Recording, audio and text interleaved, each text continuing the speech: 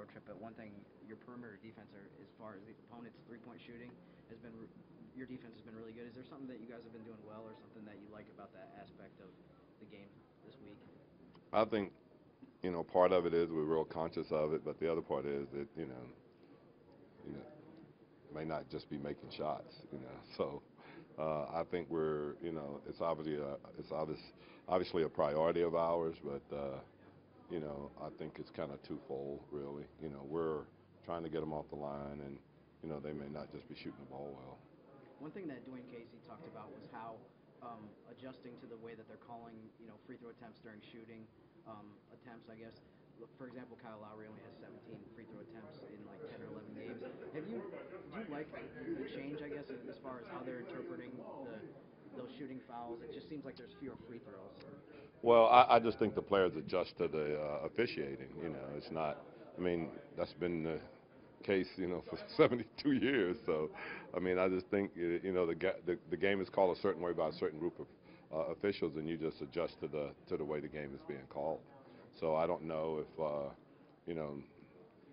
that's a good try by Case, though. I like that, But I don't think he was lobbying. He was just answering. No, but it is. I mean, I think, a guy like, even if you take DeMarcus and Anthony, I think they're very, very tough to officiate. And, you go to the line 4 straight times, there's probably not a chance that, a fifth one is going to be called, but that's just kind of the way it is. It's not anything, like I said, I think we got great officials. And, it's just like anything else in baseball. Certain guys call a certain strike zone differently than the other one, and you just adjust to it.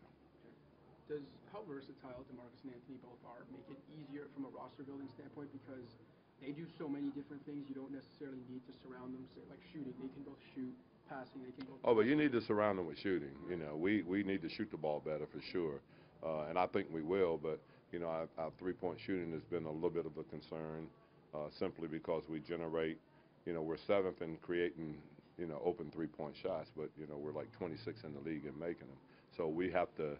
For us to be a really good basketball team, we have to start knocking down some of those shots, which takes the pressure off those guys, to perform inside and out.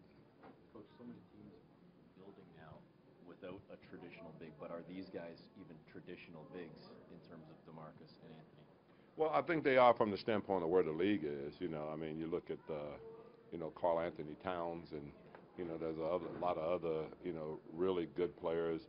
And even, Valanciunas, I mean, they have the ability to step out on the floor and make shots. So it's not your typical back to the basket, bang, bang, bang, and then, shoot a jump hook or something. I think all of these guys have become versatile players where you have to have the ability to step outside and make shots as well as being a post-up player.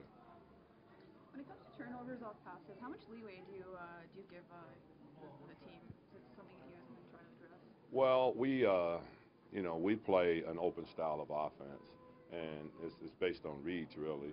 I think we're a little bit careless, and we talked about, being a little more conscious of making easy plays with the ball.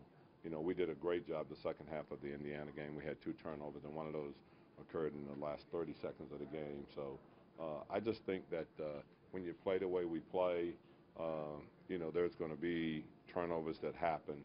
We just got to be a little more conscious of not making the live ones and the ones that are not unforced ones, I guess is the best way to put it.